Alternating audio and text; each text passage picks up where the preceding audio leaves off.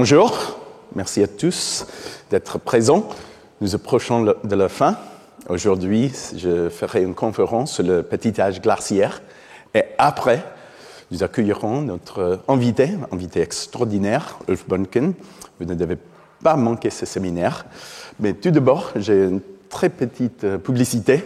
Ce soir, le Collège de France organise un événement qui semble très prometteur et nous vous invitons. Alors,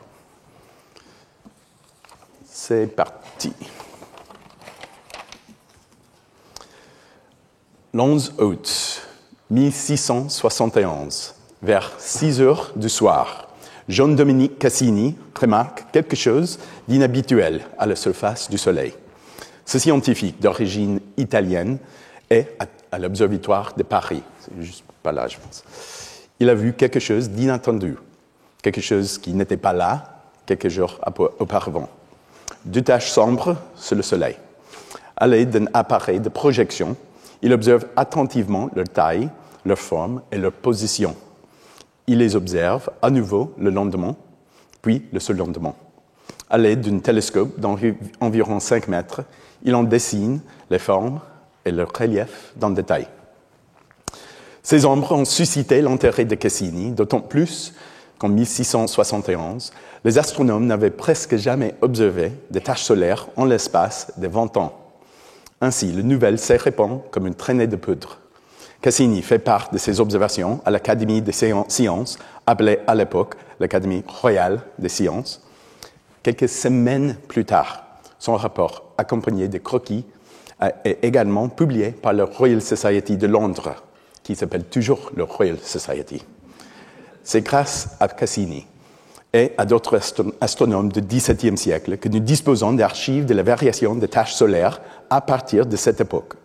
Depuis des millénaires, l'homme a remarqué des taches sombres sur la surface du Soleil, même à l'œil nu. Mais le télescope déclencha une révolution.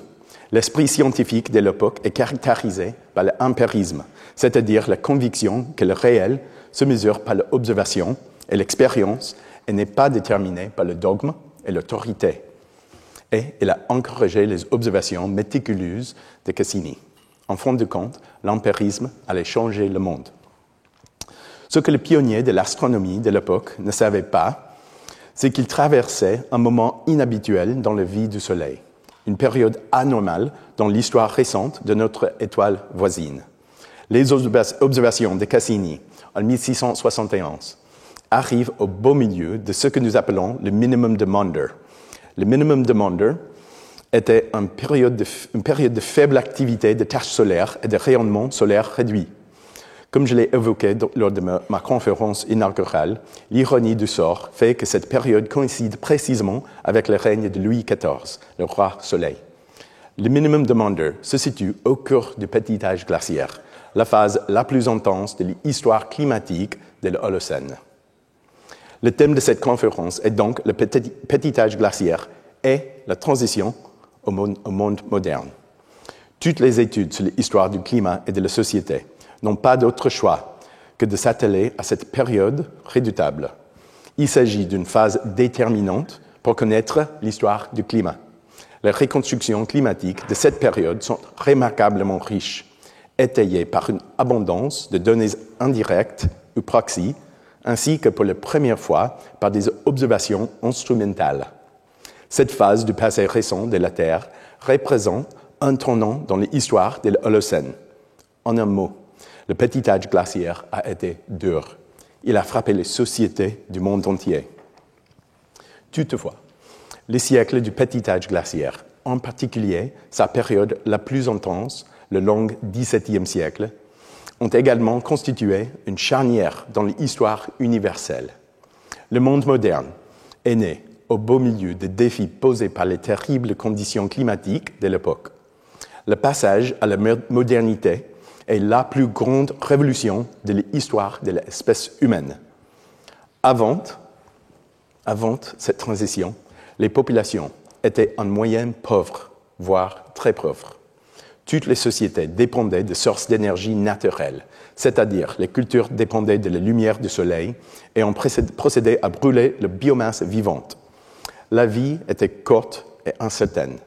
La majorité du temps, on mourait de maladies infectieuses. Les technologies étaient rudimentaires et évoluaient lentement. Le mode de vie était traditionnel, proche de la Terre. Et puis, boum, c'est la libération des humains du cycle malthusien, de la pauvreté et de la stagnation. Les énergies fossiles arrivent, d'abord le charbon, puis les hydrocarbures. La croissance, un enrichissement sans précédent, mais aussi les inégalités, la rupture technologique et l'innovation permanente, la destruction créatrice, l'allongement de la durée de vie, le déclin des maladies infectieuses et le règne des maladies chroniques. Cette transition ne s'est pas faite d'un coup. Ses origines sont multiples et profondes, mais ses conséquences sont nettes et claires. Le passage à la modernité marque deux changements fondamentaux dans l'histoire du climat et de la société. Tout d'abord, il y a eu une dissociation du changement climatique et des crises sociales. Comme nous l'avons observé dans mes conférences précédentes, la fréquence et l'ampleur des famines, maladies et, à terme, des guerres ne sont plus fonction du stress climatique. Cela ne s'est pas produit d'un seul coup, ni partout, ce qui a entraîné des conséquences considérables et durables sur les inégalités dans le monde. Ensuite, au cours de la transition vers le monde moderne, l'humanité est devenue un agent de l'évolution géologique. La transition vers la modernité reposant sur l'exploitation d'énergies fossiles a déclenché une croissance démographique, une transformation de l'utilisation des sols, une consommation des ressources à une échelle sans précédent. Aujourd'hui, les émissions de gaz à effet de serre en viennent à causer le dysfonctionnement des mécanismes naturels du changement climatique. Nous reviendrons sur cet aspect de la transition la semaine prochaine. Nous examinerons ce que l'on appelle l'époque de l'Anthropocène. Mais aujourd'hui, je tiens à insister sur ces racines profondes au début de l'histoire moderne, au cours du petit âge glaciaire. J'ai commencé cette conférence en évoquant Cassini de manière délibérée. En effet, non seulement ces observations sur le Soleil constituent un élément important pour comprendre l'histoire du rayonnement solaire en tant que facteur du petit âge glaciaire, mais Cassini est en soi un symbole. Sa carrière, son milieu, ses outils, l'Observatoire de Paris, les académies royales, tout cela reflète la culture de la révolution scientifique. Sa volonté de décrire, de mesurer, de comprendre le monde avec précision, d'utiliser les mathématiques pour maîtriser la nature. Tout cela est à l'origine de la croissance moderne. En fin de compte, la force motrice la plus significative de l'histoire de l'humanité est l'accumulation de connaissances sur le milieu qui nous entoure, l'essor du savoir des civilisations. Prenons l'exemple de deux petits âges glaciaires, celui de l'Antiquité tardive au cours des 6e et 7e siècles, et le véritable petit âge glaciaire qui nous intéresse aujourd'hui. À l'époque du petit âge glaciaire de l'Antiquité tardive, il n'y avait pas d'équivalent de Cassini. Certes, il y avait des scientifiques et des philosophes à l'époque, mais le nombre était minime et en déclin. Il n'y existait pas encore d'institutions comme les académies royales, pas d'instruments comme le télescope, pas de culture d'empirisme. La comparaison est peut-être grossière, mais cette largeur de vue est essentielle pour comprendre la dynamique de l'histoire. Dans le cas présent, je soutiendrai que les corrélations et en définitive les causalités. La science est le moteur de l'innovation technologique et des pics de croissance. L'expansion humaine à l'époque moderne, la sortie du monde malthusien, caractérisé par la stagnation et la pauvreté, et la fin de l'Ancien Régime, sont enracinées dans la progression du savoir. S'il existe un point de départ unique pour un essor durable, une percée vers la progression continue du savoir, il se situe au cours du petit âge glaciaire. Qu'est-ce que donc le petit âge glaciaire? Le nom lui-même remonte aux années 1930, lorsqu'il a été inventé par le géologue François Matthes. François Matthes travaillait pour le gouvernement américain et parcourait l'Ouest américain. Et je ne peux m'empêcher de rappeler qu'il a été l'un des premiers à cartographier de manière scientifique ma terre natale, le Oklahoma. Oui, chez moi, c'est... Oh non, c'est juste là. Matthes soutenait que les glaciers de l'Amérique du Nord n'étaient pas des vestiges du Pléistocène, mais des phénomènes plus récents, issus des derniers milliers d'années de l'histoire de l'Holocène, qu'il a appelé le petit âge glaciaire. Plus tard, dans la seconde moitié du XXe siècle, cette expression évolue et désigne la longue période de refroidissement du dernier millénaire, caractérisée par l'avancée des glaciers dans le monde entier. On pourrait dire que les glaciers ont été les premiers témoins du paléoclimat et qu'ils figurent parmi les témoins les plus fidèles et les plus spectaculaires des changements climatiques à long terme. Alors que les glaciers ont étant collectivement leur superficie maximale vers 1800, ils fondent depuis lors et de plus en plus vite sous l'influence du réchauffement anthropique. Pour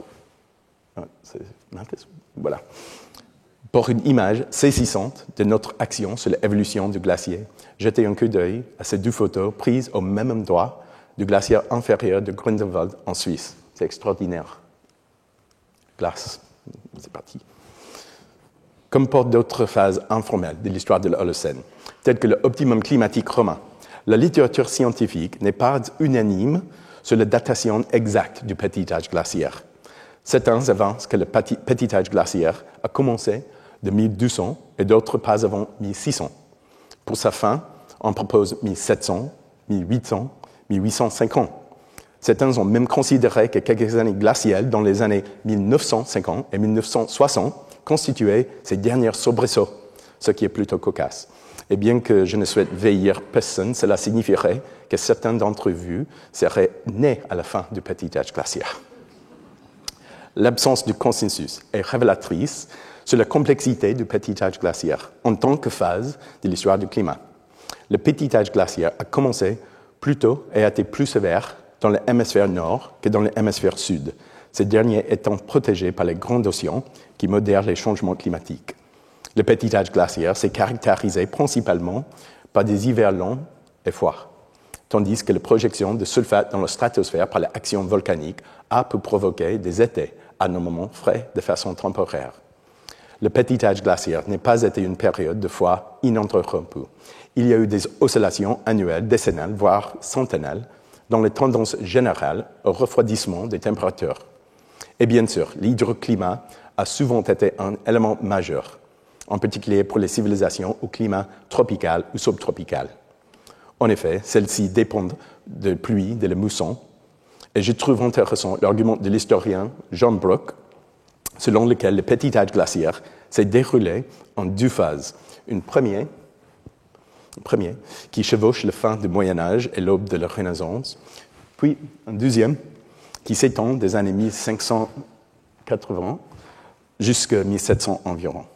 C'est le petit âge glaciaire, deuxième partie, que Cassini a vécu et qui constitue une période charnière dans l'histoire universelle. Quelles sont les causes du refroidissement du petit âge glaciaire? Le volcanisme et l'activité solaire en sont les principaux ingrédients, bien que leurs contributions relatives et leurs effets précis fassent l'objet de débats. La première phase du petit âge glaciaire a été fracassante, avec l'éruption des volcans Samalas en 1257. Cette identification est elle-même une belle réussite de travail d'équipe entre chercheurs, car Frank Levin et d'autres chercheurs se sont appuyés sur des carottes de glace, la chimie de Tefras, de l'étude géophysique du paysage et des sources écrites, dont un ancien manuscrit en javanais, pour mettre en cause le Samalas, qu'ils ont appelé le Pompéi de l'Extrême-Orient. Mais l'éruption de Vésuve qui a enseveli Pompéi n'a guère eu de répercussions mondiales, alors que l'éruption de Samalas fut d'une ampleur qu'on peine à imaginer. Il s'agit de l'événement volcanique le plus important de notre ère, de 2000 dernières années. Le refroidissement fut extrême et immédiat, provoquant la famine et la disette sur des vastes étendues du globe. Au cours du petit âge glaciaire, des séries d'éruptions volcaniques ont contribué au faussage du climat.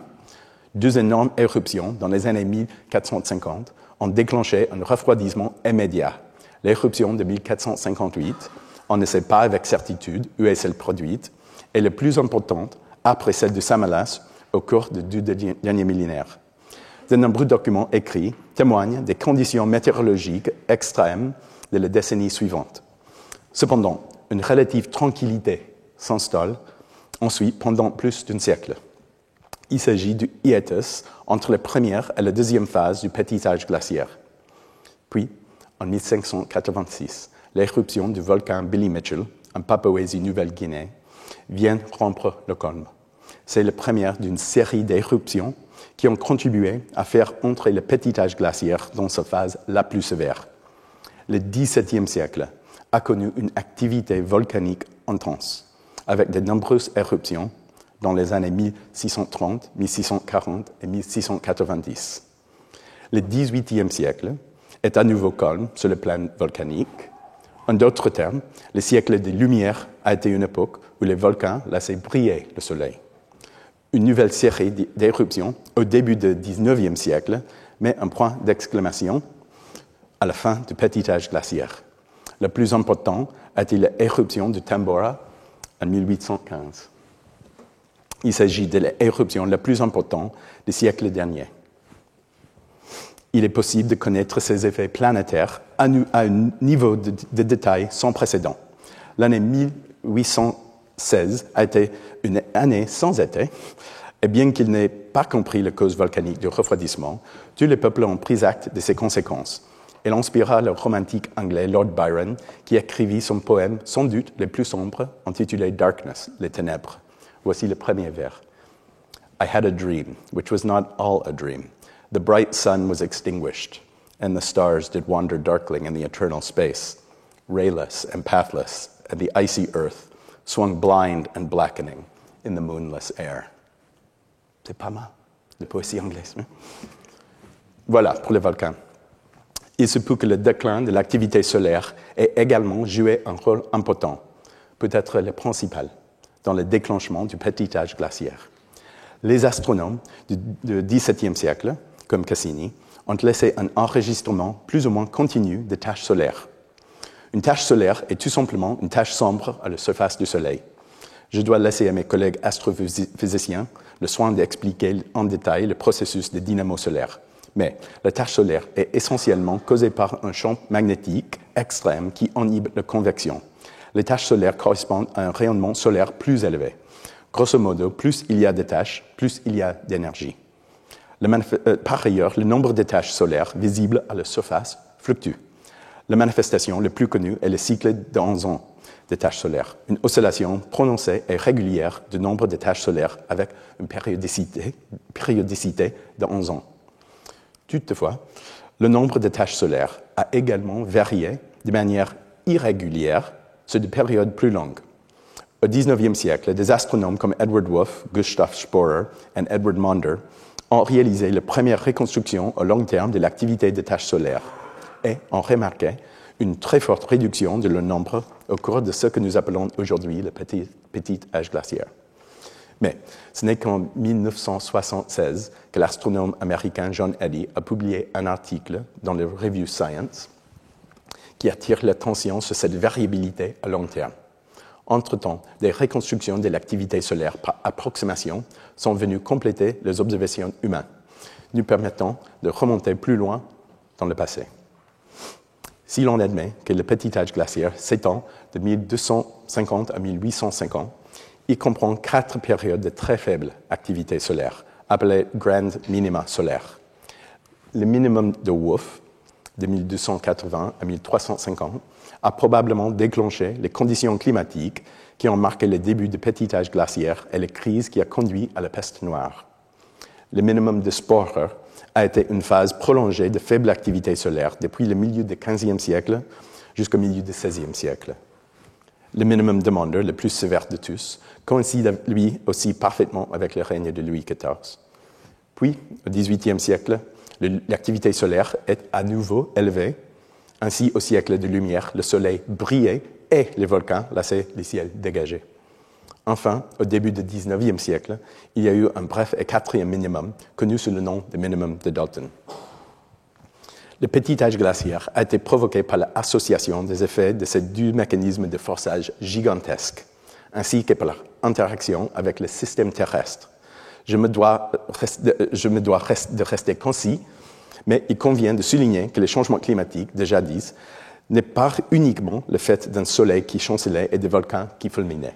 Au contraire, il fut marqué par l'interaction de ces facteurs entre eux, ainsi qu'avec les océans et l'atmosphère, avec les courants de vent et d'eau et avec la couverture terrestre. Par exemple, la thèse que la rétroaction glace-albédo est fortement jouée sur le refroidissement du petit âge glaciaire revient souvent. Le déclin de l'activité solaire ou les éruptions volcaniques ont causé un refroidissement rapide qui, lui, a entraîné la formation d'une plus grande quantité de glace dans les eaux arctiques. À son tour, cette glace blanche a réfléchi plus de lumière solaire loin de la Terre, ce qui a exacerbé le refroidissement. Il convient également d'évoquer brièvement encore une fois une théorie importante sur les changements climatiques de l'Holocène, même si elle ne fait pas l'unanimité. En 2003, le paléoclimatologue William Rudman a avancé la thèse que l'influence que l'homme a exercée sur le climat n'a pas commencé avec la révolution industrielle, mais avec la révolution agricole. Ce postulat est désormais connu sous le nom de l'hypothèse de l'Anthropocène précoce, the Early Anthropocene Hypothesis. Il y a environ 8000 ans, le développement de l'agriculture a entraîné de profonds changements dans l'utilisation des sols. On défricha les forêts pour faire place à l'agriculture. La civilisation a été néfaste à la survie des arbres depuis le début. Il suffit de penser à l'épopée de Gilgamesh, une des œuvres littéraires les plus anciennes de l'humanité, dans laquelle les personnages principaux abattent une forêt. Un ensemble des données paléo-environnementales confirme ce constat. Rappelons que les arbres séquestrent bien plus de carbone que l'herbe de prairie. La combustion des arbres libère de CO2, tandis que le bétail émet du méthane. Selon Rudman et ses disciples, l'humanité altère le système terrestre depuis des milliers d'années. L'agriculture explique la lente augmentation de CO2 au cours des derniers milliers d'années. Ce gaz à effet de serre aurait empêché la fin de l'interglaciaire de l'Holocène. L'hypothèse de l'Anthropocène précoce a des implications intéressantes dans le cadre du petit âge glaciaire. On observe une chute de CO2 à la fin du XVIe siècle et au début du XVIIe siècle. Quelle est la cause de ces chutes? Peut-être la réforestation par le considérable dépeuplement des Amériques qui a suivi l'arrivée des Européens.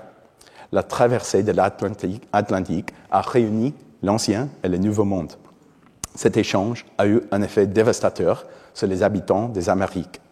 Les épidémies ont entraîné une grande surmortalité, s'accompagnant d'un bilan humain inconcevable qui, selon certaines estimations, s'est élevé à 90% de l'ensemble des populations. La mort massive chez ces populations a permis aux forêts de repousser, ce qui constitue probablement la plus grande réparation des forêts depuis plusieurs milliers d'années. Les arbres ont séquestré d'énormes quantités de carbone, ce qui a contribué au refroidissement. Vu sous cet angle, le petit âge glaciaire est en partie d'origine anthropique. Bien que cette théorie ne soit pas largement acceptée, elle reste une possibilité qui pourrait bien gagner en crédibilité ou non grâce au progrès de la recherche. En résumé, le petit âge glaciaire a été causé par l'interaction des variations solaires et des sulfates volcaniques, des rétroactions telles que l'effet albedo de la glace et la dynamique océan-atmosphère, et peut-être même par une réforestation temporaire.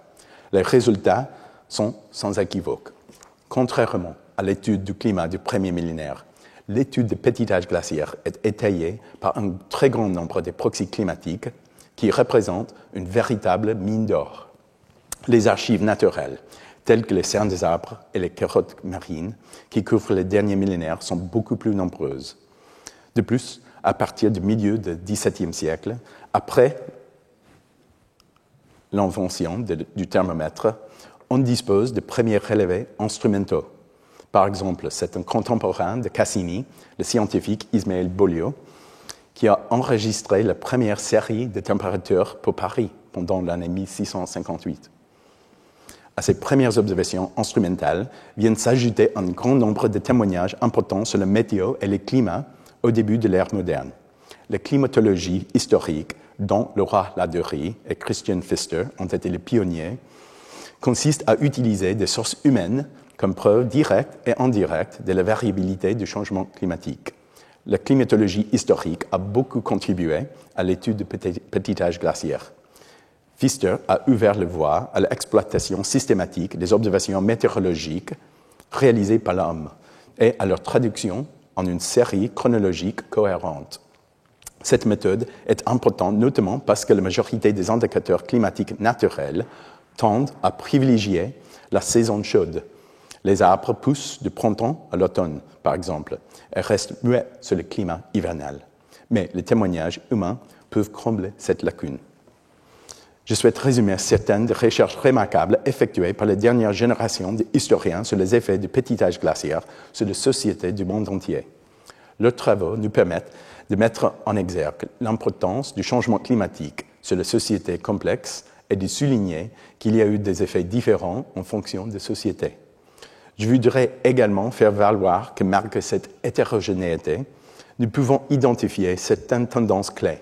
Grosso modo, une différence entre le phénomène du XVIIe et celui du XVIIIe siècle, ce que nous pouvons appeler les grandes dissociations.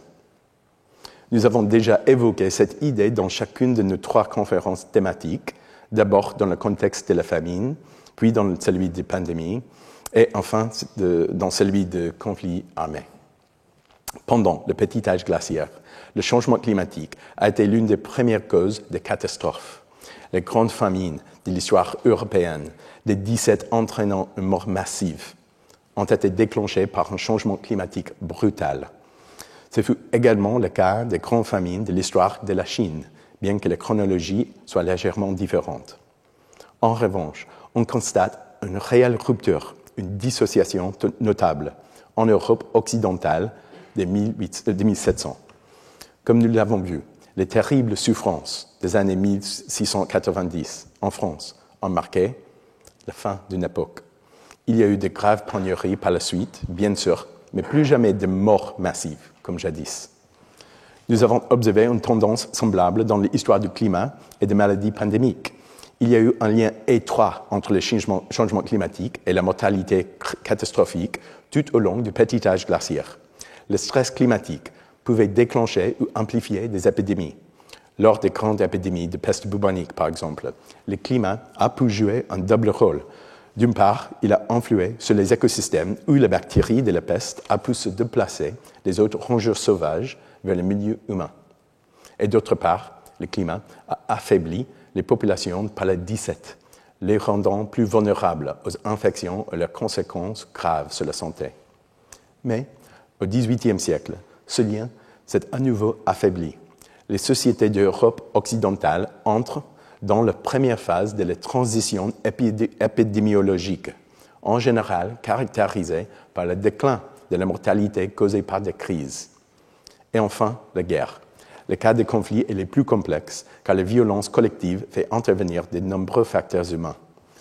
Mais, même dans ce cas, on dispose de solides fondements empiriques fondés sur une analyse quantitative qui indique que le lien entre le changement climatique et les conflits passe à zéro en Europe. L'adversité du petit âge glaciaire ne laissait guère entrevoir un avenir de cette nature. Au contraire, le petit âge glaciaire a été la période la plus froide de l'Holocène et, à l'échelle mondiale, il s'agit probablement du chapitre le plus éprouvant de toute l'histoire des épreuves environnementales de l'Holocène. La dernière génération d'historiens a étudié le rapport entre la crise climatique et la crise sociale de cette période. Ils ont cherché des moyens d'établir un équilibre entre les facteurs humains naturels et les facteurs humains. Il en résulte un riche corpus de recherches qui ne laisse guère de doute sur l'importance du changement climatique, même si c'est de différentes manières, à différentes époques et dans différents endroits. Dans cette tradition, il convient de mentionner avec admiration l'érudition de Jeffrey Parker. Son grande œuvre, Global Crisis, est une réalisation colossale du travail d'historien. Il s'agit d'une visite panoramique du monde en cette période troublée de l'histoire, se fondant sur des sources écrites issues de plus d'une douzaine de régions du monde. Il y met le caractère singulier et imprévisible de l'expérience humaine dans des cultures aussi variées à une perception aiguë des tendances communes et des forces planétaires. Il ne fait guère de doute que les effets de la violence, de la peste et du climat ont constitué ce que Parker appelait une synergie fatale. Nous n'examinerons que quelques régions en proposant au passage une liste de lectures recommandées. Commençons par la Chine. La crise de la fin du Moyen Âge, ici, a commencé environ un siècle plus tôt qu'en Europe, avec la guerre, la peste et la disparition massive des populations au XIIe et XIIIe siècle. La reprise a également commencé plus tôt. La dynastie Ming a duré de 1368 à 1644. La Chine de Ming était la civilisation la plus grande et la plus complexe de la planète à l'époque. Les Ming étendaient leur puissance de l'Asie centrale jusqu'au Pacifique et étaient centrés sur les deux grandes vallées fluviales, très différents pour leur écologie et leur climat, l'économie du nord dépendant du blé et du millet, celle du sud du riz. Il est certain que vers 1400, la Chine aurait semblé être l'endroit le plus propice à une croissance économique permettant le passage à l'ère moderne. Les régions centrales densément peuplées du Yangtze inférieur étaient plus riches que les régions les plus développées de l'Europe de l'époque, comme l'Italie du Nord. La Chine de Ming était fortement urbanisée. C'est l'époque où l'on construit la Grande Muraille. La Chine est la plus grande puissance commerciale et navale, ce qui reflète le périple de l'admiral Zheng Ziyi dans les années 1420. Les turbulences climatiques du milieu du XVe siècle, associées au grand minimum solaire de Sporer et aux éruptions volcaniques, ont ébranlé la dynastie Ming. Le régime a vacillé, famine, insurrection et invasion, mais il a perduré. Les développements répondent au XVIe siècle. Entre 1350 et 1600, la population est multipliée par 2. La pression démographique a certainement créé les conditions propices au déclenchement d'une catastrophe par les changements climatiques. Pour les événements historiques qui suivront, je vous recommande vivement le récit récent de Timothy Brook, The Price of Collapse, The Little Ice Age and the Fall of Ming China, notamment parce que ce livre est issu de conférences données il y a plusieurs années au Collège de France. Les recherches de Brook sont basées sur l'étude de quelques 3000 gazettes, qui sont des archives de registres provinciaux regorgeant d'informations locales sur les histoires politiques, administratives et économiques. Il a étudié près de 800 rapports sur le prix des céréales au cœur de pénuries alimentaires. Les crises alimentaires sont très sporadiques pendant les premières décennies de la dynastie Ming. Les choses changent au milieu du XVe siècle, avec plus de témoignages sur la famine que dans les décennies précédentes réunies. Puis, la pénurie alimentaire apparaît par intermittence au cœur des siècles suivants. Les années 1580 marquent un nouveau pic dans les crises. Brook donne un visage humain à cette souffrance en citant les paroles de Cheng Chida, un instituteur local, qui était enfant à l'époque. Il écrit « Les prix des céréales a grimpé en flèche et resté élevé pendant des mois. On ne voyait plus un brin d'herbe dans les champs, ni d'écorce sur les arbres. Les réfugiés déferlaient sur les routes et les cadavres jonchaient les rues. Mais à partir des années 1620, une nouvelle phase de catastrophe s'amorce. Après l'année 1627, date de l'accession au trône de l'empereur Shenzhen, on dénombre 21 années consécutives de disette et de famine. Les souffrances atteignent leur paroxysme au début des années 1640. Selon Brook, aucune autre période de Ming et probablement aucune autre période de l'histoire chinoise n'a connu une catastrophe d'une telle ampleur. Ces années où la famine sévissait ont été exceptionnellement froides, en particulier dans les années 1640. La sécheresse succédait aux inondations d'une année à l'autre. La faim et les migrations ont inévitablement provoqué une crise sanitaire. Dans les années 1640, en Chine, il semble que la peste bubonique accompagnait les souches virulentes de la variole moderne. Selon une gazette, en 1643, une grande épidémie s'est déclarée sur plusieurs milliers de kilomètres au nord et au sud, au nord jusqu'à la frontière et au sud jusqu'à l'autre côté du fleuve Jaune, sur 10 foyers. Il n'y en avait guère qu'un qui ait réchappé. En 1644, la peste bubonique fait rage. Les victimes développaient d'abord une grosseur dure sur les aisselles ou entre les cuisses, ou bien crachaient du sang et mouraient avant d'avoir eu le temps de prendre des remèdes. Même les amis et les parents n'osaient pas demander de nouvelles des malades ou venir présenter leurs condoléances. Des familles entières ont été décimées sans que personne ne puisse les enterrer. Le résultat final fut la chute de la dynastie Ming. En raison de la violence, de la famine et de la peste, la Chine a perdu environ 50 millions d'hommes entre l'apogée de Ming et le début de Qing. En résumé, le petit âge glaciaire a été le catalyseur d'une terrible crise en Chine. Le rebond démographique allait suivre rapidement durant le règne de Qing et l'arrivée de nouvelles cultures en provenance des Amériques, maïs, pommes de terre, capables de nourrir une population en forte croissance. Mais la crise climatique du XVIIe siècle a profondément marqué le cours de l'histoire chinoise. Comparons le sort de la Chine à celui de l'Empire ottoman, un rival beaucoup plus récent dans le jeu de la grande géopolitique. À cet égard, nous pouvons suivre les travaux de notre invité au séminaire Sam White, qui a retracé l'impact du changement climatique de manière méticuleuse. Les Ottomans ont été l'un des rares peuples à construire un empire au cours du petit âge glaciaire, du moins dans sa première moitié. Les Ottomans sont devenus une grande puissance au XVe et XVIe siècle. L'Empire ottoman est un géant sur le plan commercial. La population augmente, à tel point qu'à la fin du XVIe siècle, une forte pression démographique s'exerce sur la région centrale, notamment l'Anatolie. Des signes de tension, famine, épidémies majeures apparaissent dans les derniers quarts du siècle. La rivalité coûteuse entre les Ottomans et les Habsbourg dans le nord sollicite toujours plus de ressources.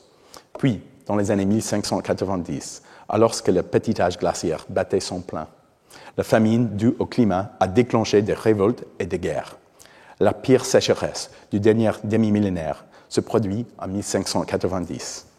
Parfois, les choses ne sont pas très compliquées. Il n'y avait pas d'eau. Sans eau, pas de nourriture. Les animaux furent décimés. La population migrait et se déplaçait désespérément à la recherche de nourriture. Les révoltes de Sellali, ont été la manifestation la plus évidente de ces problèmes. White et d'autres ont démontré de manière convaincante que la crise climatique associée à la pression démographique et aux tensions géopolitiques a déclenché les révoltes et que cette crise majeure a marqué un tournant décisif dans les destinées des Ottomans. Le sort de l'Italie pendant le petit âge glaciaire présente à la fois des parallélismes et des oppositions avec l'histoire ottomane. L'Italie était bien sûr une mosaïque des cités-États, des territoires papaux et des possessions impériales. Cependant, au cours des siècles qui ont suivi la peste noire, l'Italie du Nord devint la région la plus dynamique d'Europe, voire du monde, tant sur le plan économique que culturel. Les banques, les manufactures et les commerces ont alimenté une économie urbaine qui a nourri les réalisations artistiques et scientifiques de la Renaissance. Après que la première partie du petit âge glaciaire se soit un peu calmée à partir des années 1460, la population de l'Italie a connu une croissance rapide. Le XVIe siècle a également été une sorte de répit pour la peste bubonique. La peste noire a été suivie de plus d'un siècle d'épidémies dévastatrices qui se sont ensuite calmées pendant un certain temps. La démographie d'Italie est en hausse en dépit du fait que l'Italie est le théâtre de guerres de grande ampleur, notamment parce que le roi d'un certain pays, dont nous tairons le nom, ne cesse pas de l'envahir. Dans les années 1580, la population était probablement proche des limites écologiques de l'Italie. Selon l'historien de l'économie Guido Alfani, la croissance démographique s'est achevée vers 1585. La population atteigne une sorte de plafond infranchissable. La capacité limite de l'environnement de l'Italie du Nord a donc été éteinte précisément au moment où le petit âge glaciaire atteignait sa phase la plus froide et où le risque d'un climat nuisant aux cultures était accru. Puis, au printemps 1590, le nord de l'Italie subit de terribles inondations. Les champs de blé sont en proie aux moisissures. On reporte que cet été-là, au moins dans certaines régions du nord, la récolte ne représente ne représentait qu'un tiers de ce qu'elle avait été l'année précédente. Les réserves finirent par s'épuiser.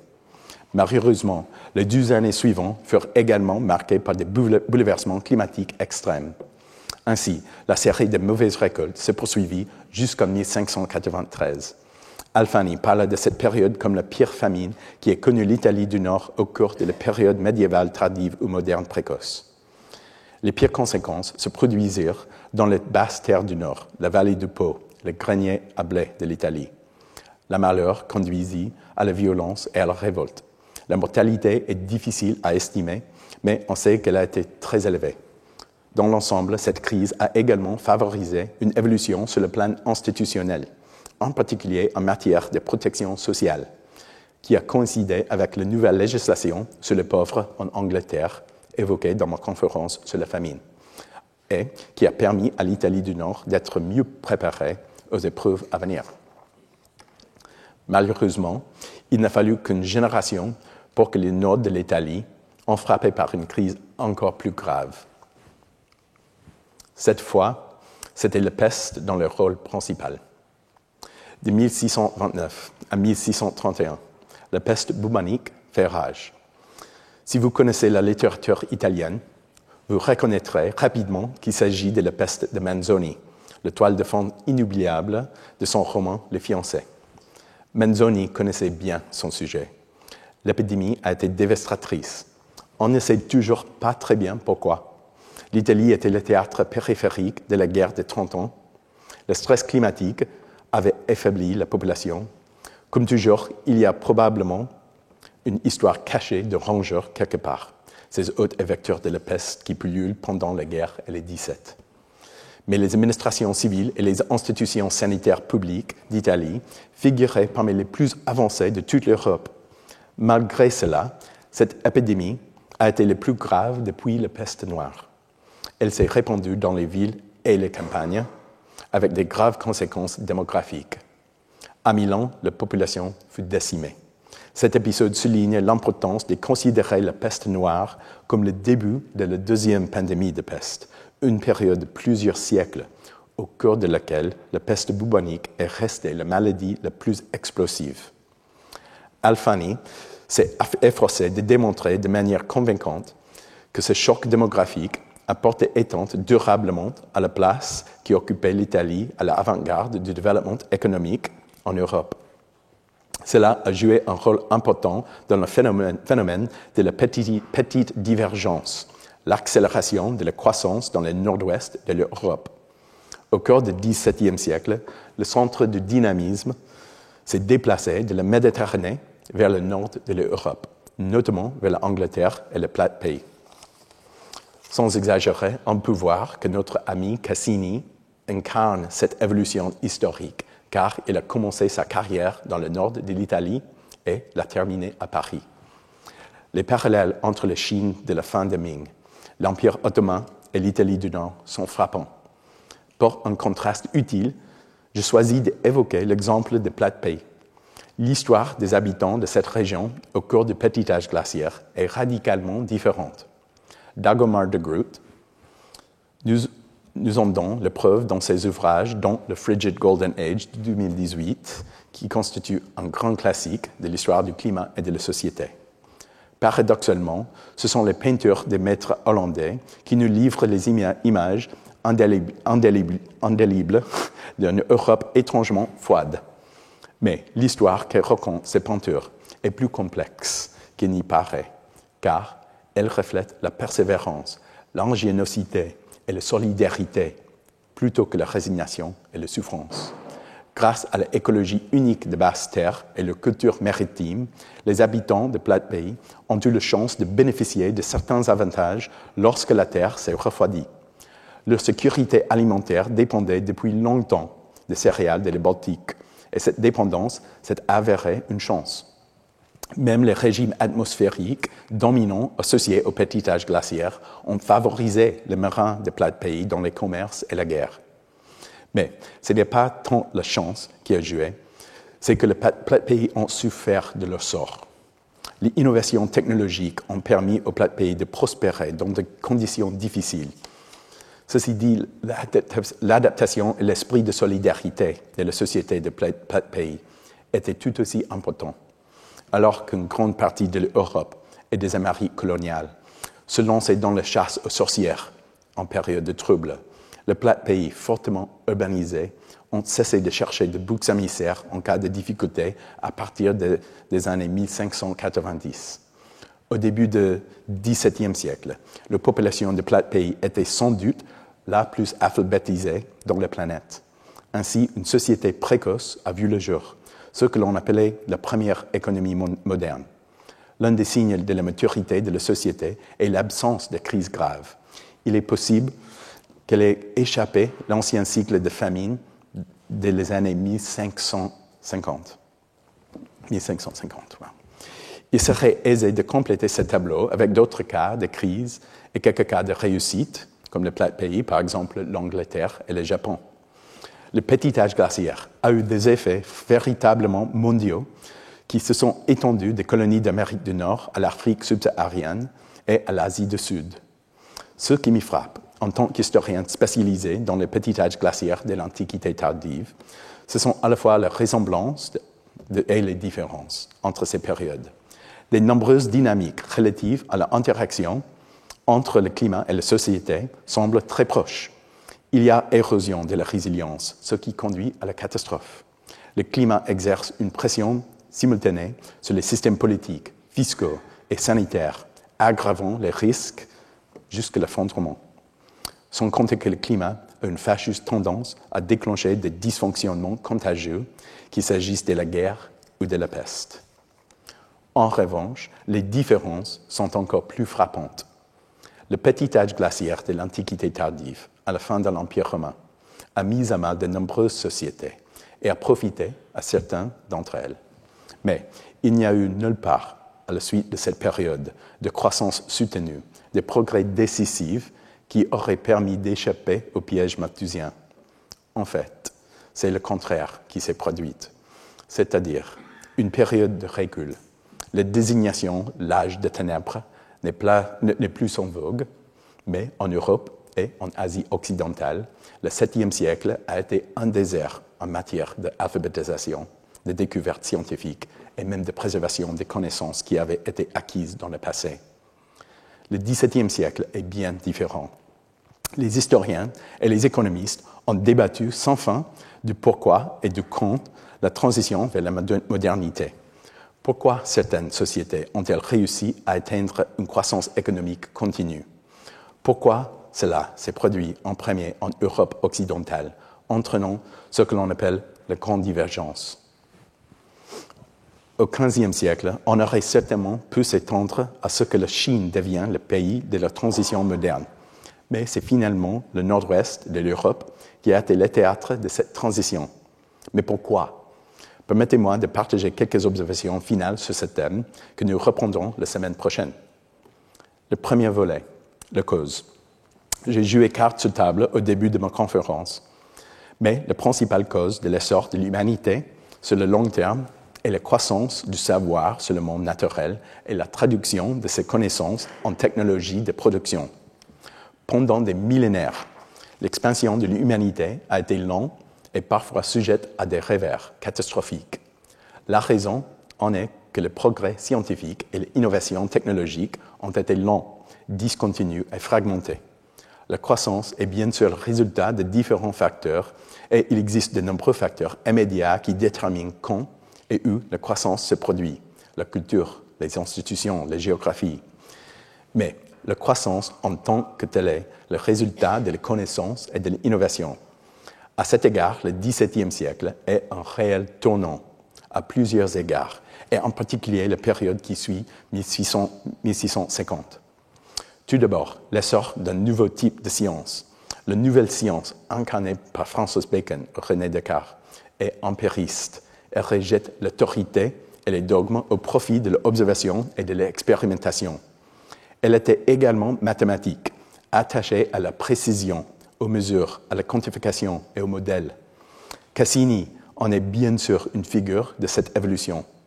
La révolution scientifique est également le produit de nouvelles institutions, telles que les académies royales, grâce auxquelles des observations comme celle de Cassini sont rapidement diffusées. La République des lettres s'est développée, permettant aux idées et aux découvertes de se répandre rapidement. Des revues scientifiques voient le jour pour la première fois, le journal de Savant, ici à Paris, datant de 1665. Une culture scientifique et une admiration pour les sciences commencent à voir le jour, quoique lentement. Comme l'a remarqué un historien, cette transformation des mentalités s'est illustrée par le contraste entre la condamnation de Galilée et l'adoubement d'Isaac Newton. Enfin, la traduction de la science en innovation technologique a été facilitée par le respect que l'on éprouvait envers les connaissances utiles. C'est la conjugaison de la science pure et de la science utilitaire, ce que nous appellerions la recherche fondamentale et la recherche appliquée, qui a fait la plus grande différence. La mécanique newtonienne s'est traduite par des machines capables d'exploiter de nouvelles sources d'énergie pour effectuer un travail utile. Passons au deuxième volet, le moment. Les historiens et les économistes ont également débattu la date de passage à la croissance moderne. De manière générale, certains accordent une grande importance de la longue route vers la révolution industrielle, à la période moderne précoce dans la transition vers un régime de croissance moderne, tandis que d'autres insistent sur une date plus tardive et sur la nature plus soudaine de la transition vers une économie fondée sur le combustible fossile au XIXe siècle. Sur ce thème, les débats sont intéressants parce que la question est réellement complexe. Mais permettez-moi de me ranger du côté des partisans de la longue route et de souligner l'importance des siècles du petit âge glaciaire. C'était l'époque de ce que John Brooke a judicieusement appelé l'anthropocène organique. À de nombreux égards, les limites écologiques et énergétiques de la croissance ont été éteintes et repoussées. On a assisté à la très forte intensification de l'agriculture, marquée par la diffusion de la pomme de terre et du maïs. L'exploitation du bois et d'autres ressources naturelles a explosé. L'utilisation du charbon a explosé dans l'Angleterre du début des temps modernes, bien avant la machine à vapeur. L'urbanisation et l'alphabétisation ont progressé pendant des siècles. La révolution industrielle et le passage à la croissance moderne, dépendant du carbone fossile, étaient la conclusion quasiment inévitable de siècles de développement et d'intensification. Il s'agissait seulement de savoir quand et où, non pas si. En fait, nous devrions garder en tête que ces siècles ont coïncidé avec les climats les plus difficiles de l'histoire de la civilisation humaine, le petit âge glaciaire. Ce climat menaçant a constitué un revers qui a pu masquer certains des progrès matériels qui ont pu avoir lieu. Le passage à la modernité aurait pu se faire encore plus vite sans le vacillement du soleil et le tussautement des volcans. Et enfin, la dissociation. L'un des premiers signes de la transition vers le monde moderne n'est peut-être pas l'augmentation des salaires, mais la fin de l'emprise des calamités climatiques de l'ancien régime. Les Hollandais et les Anglais ont ouvert la voie, suivis de près par la France.